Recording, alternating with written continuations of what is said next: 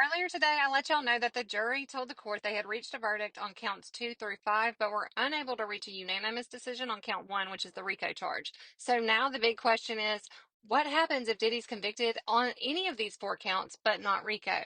And the answer is he could still be facing decades in prison and possibly life. So let's break it down. So count 2 is sex trafficking of Cassie, and count 4 is sex trafficking of Jane Doe. Both of these have a mandatory minimum of 15 years per count and a maximum of life. Because these involve force, fraud, or coercion, the mandatory minimums kick in. Count 3 is transportation for prostitution involving Cassie, and count 5 is transportation for prostitution involving Jane Doe. Both of these are up to 10 years per count. There are no mandatory minimum, but are still federal felonies under the Mann Act. So the total potential sentence minimum is 30 years if found guilty on both sex trafficking counts, and maximum of life in federal prison. And remember, this is the federal system. There's no parole, so he would have to serve at least 85% of his time on good behavior. Now, here's what I personally think.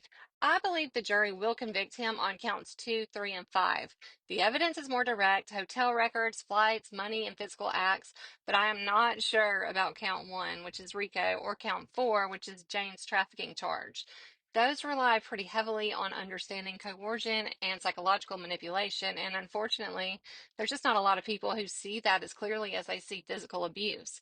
So even without a RICO conviction, if the jury finds him guilty on just those 3 counts, Diddy could be going away for decades. I'll break it all down as soon as the verdict is read, so make sure you're following for updates with all facts and no fluff.